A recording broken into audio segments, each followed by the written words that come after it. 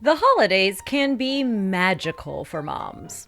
But there are also times when it feels like a marathon of decisions and commitments and sensory overload, especially for us ADHD moms that are trying to juggle all the things. It probably doesn't help that our normal, everyday, non-holiday life still demands our time and attention while we are trying to fit the magic in.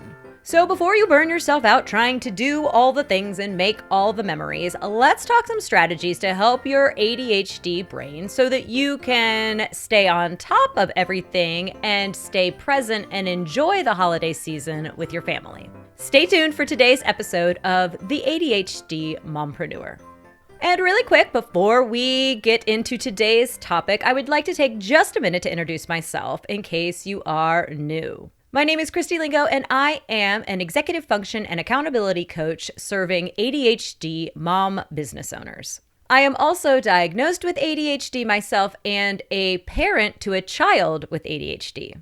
This is my 16th season as a business owner and 15th season as a mom, so I have learned quite a bit along the way about juggling my time, energy, and effort during the holiday season. If you would like to learn more about me, my coaching services, and how I can help you finally follow through to see the success you know is possible, stop by my website at theadhdmompreneur.com. And while you're there, don't miss my free essential checklists for ADHD mompreneurs to help you with remembering all the steps, knowing where you left off, and deciding what to do next.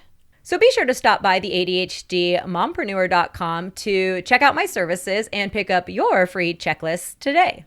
For years, my holiday planning consisted of flying by the seat of my pants. In fact, I used to brag about the fact that I would wait until Christmas Eve to do all of my holiday shopping, which I do not recommend, by the way. But my lack of planning and forethought has led to numerous expedited shipping costs because I waited too late to order something, or missing out because I waited too long and the gift I wanted to buy or the event I wanted to attend was sold out. And there have been far too many family gatherings where I have not budgeted my time or prepared enough in advance, and I sit down to the meal completely disheveled and unshowered.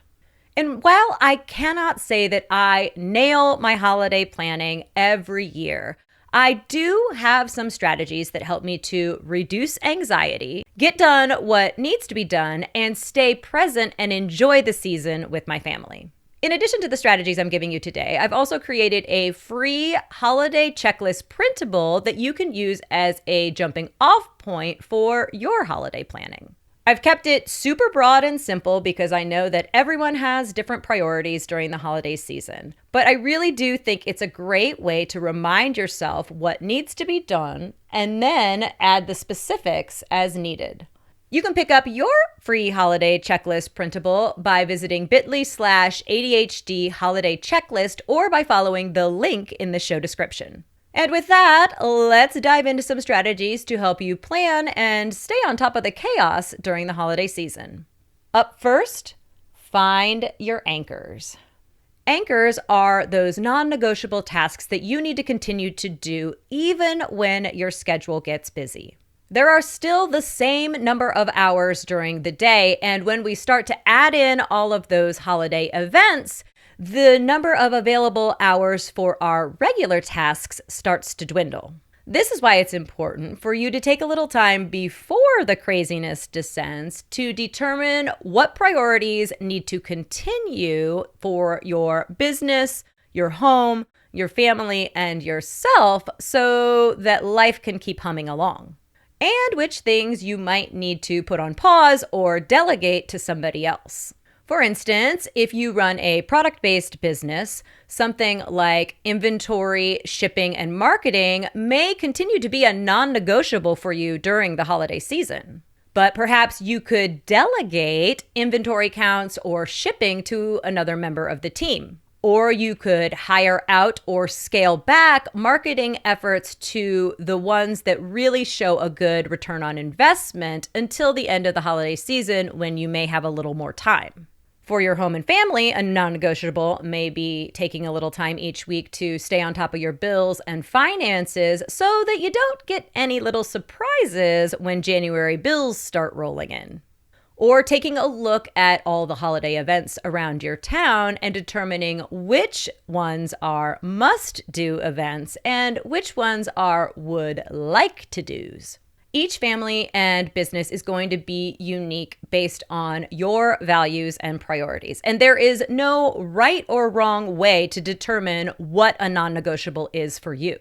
What is important is creating dedicated time for these non-negotiable tasks, projects, or events so that we aren't scrambling at the last minute to try to fit everything in, or so we don't forget about something that's important that may cause us issues in the future. I also highly recommend giving yourself a reset block every week, just in case some of your non-negotiable tasks get missed, skipped, or run over.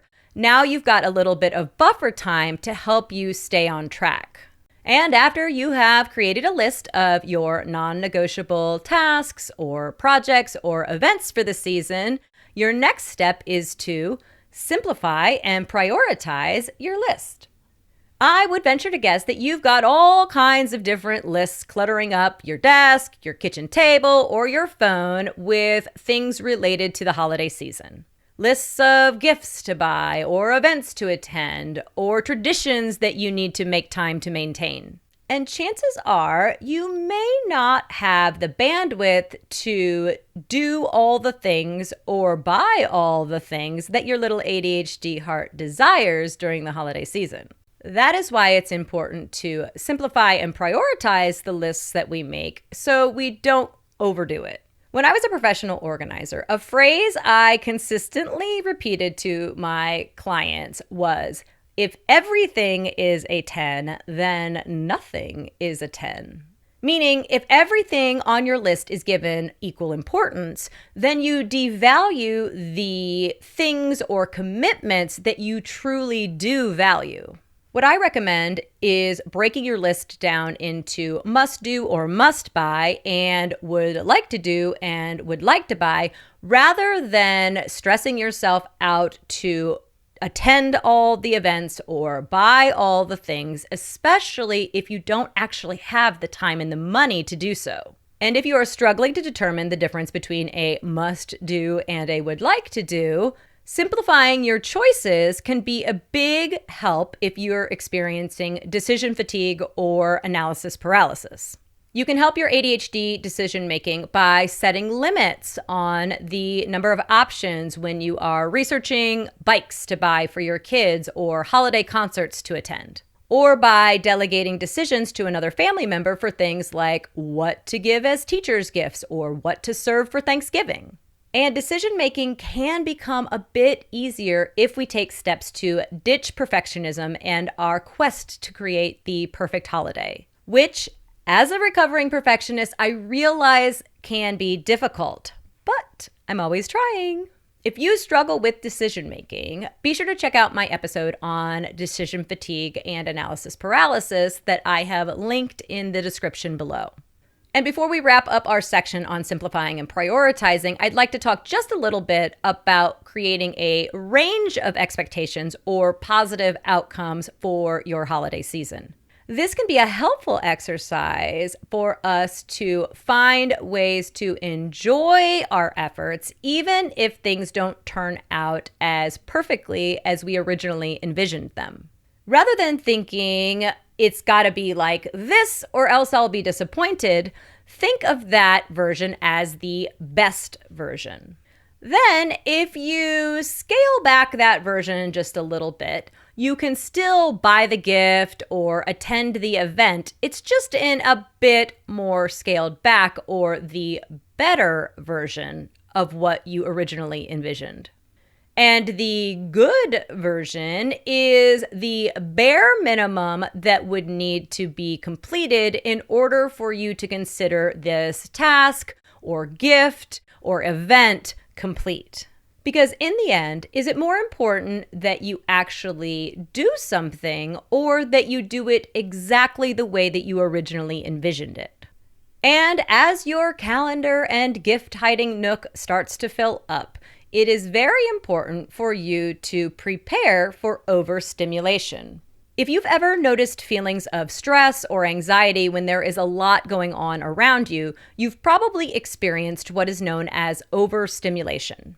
Things like bright flashing lights, strong smells, loud music, itchy sweaters, and crowds are all sensory inputs that can contribute to feelings of overstimulation. Because when our brains are taking in a plethora of information, it makes it even more difficult for us to focus and process than usual. For a deeper dive into overstimulation triggers and how to protect your energy and stress levels, check out my episode on overstimulation in the holidays, linked in the show notes.